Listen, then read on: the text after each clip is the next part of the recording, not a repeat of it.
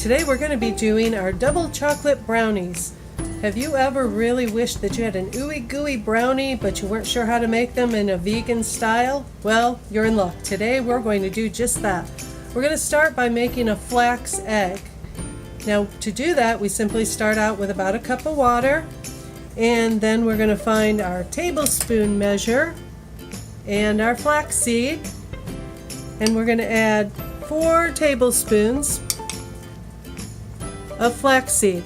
Now this will gel up and give us an egg-like consistency in whatever we use it in, but it's especially good in baked goods.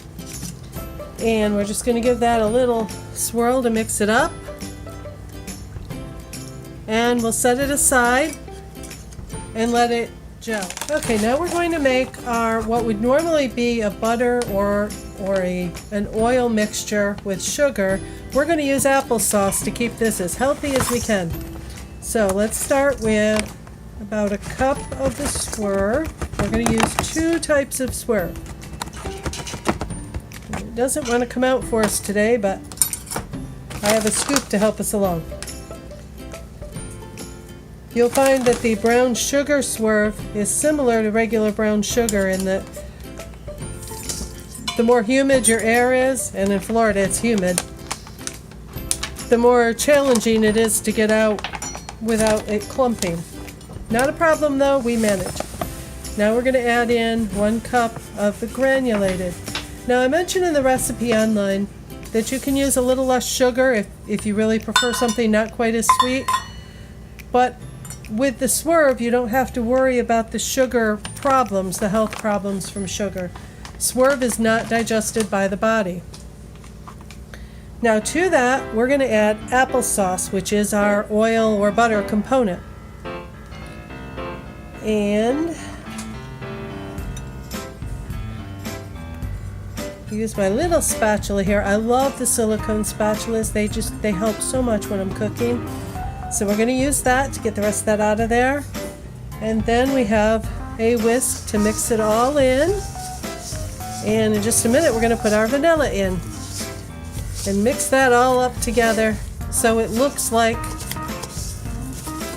a sugar butter mixture. Now we need about 1.5 tablespoons of vanilla. This is going to seem like a lot, but don't worry about it because the vanilla actually brings out the flavor. Some people will cut that back to 1 tablespoon. I like the way that it interacts with the cocoa and gives us an even bigger boost in chocolate flavor. It does seem strange that vanilla makes things chocolatey, but it really does work. Just going to mix that all in like I'm whisking it together. And another 1/2 tablespoon, and we are good to go. Now I'm going to set this aside for a minute, and we'll be right back with our flour mixture. Okay, we're back with our next bowl, and we're going to add in our pre-sifted flour. It's better to sift this. You can even sift it 2 or 3 times. The more aerated it is, the better quality you'll find on your brownies. To that, we're going to add a 1/2 teaspoon of salt, and then 1 teaspoon of baking powder. And as I mix that up, we're also going to get our cocoa powder to mix in.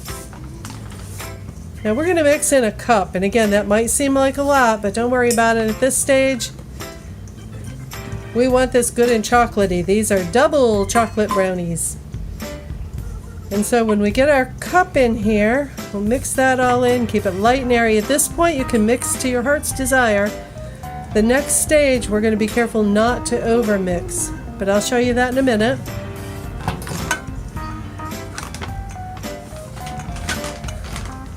As we get our cocoa powder measured out,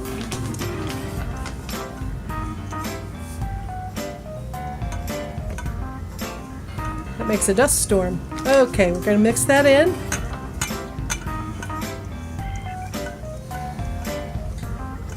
And it already is starting to look like a cocoa blend. We'll be right back to mix it all together. Now usually you'd mix your flax egg in with the applesauce and the Swerve mixture. I waited a little bit longer for ours to gel up, And you can see it's kind of a gelling type mixture. We're going to go ahead and add that in now and mix it up real good. We could even use our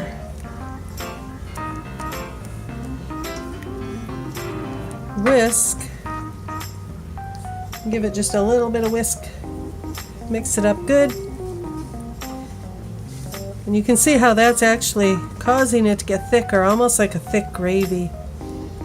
Okay, from there, well first actually I would like to show you guys something really cool. I have this measuring spoon set. We're forever losing our measuring spoons. So I found this really nice set on Amazon, and I'll post a link below so you can see them. They actually are magnets. See how nice they stay together? We don't lose them in the drawer anymore because they're all connected. The other neat thing about them, comes with a leveler by the way. See the little leveler? The other neat thing about them is they come with a round end or an oval end.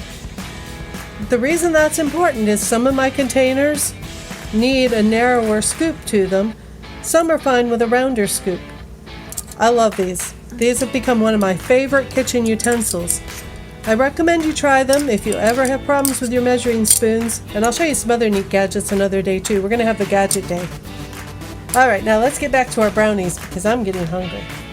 So we've already got our mixture in there. Now it's time to combine the two. This is our cocoa and flour mix.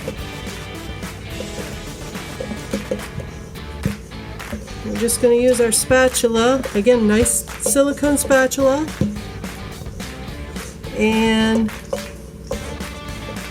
put all that in there.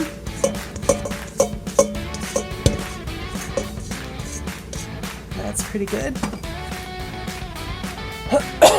Just going to mix this up. And as soon as we get it mixed, now don't over mix at this point, you'll end up with a brick. You want to keep this nice and fluid, just like when you're making other cookies and things. You know not to over mix your cakes or your biscuits. The same is true with your brownies. Okay, go ahead and put those in and I'll keep mixing.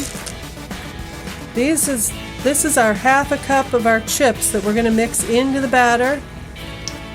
And when we get that all mixed up, we'll go ahead and put it in the brownie pan.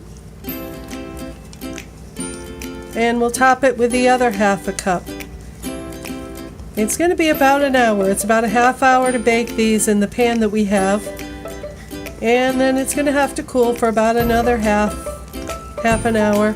So in about an hour we're going to be enjoying brownies.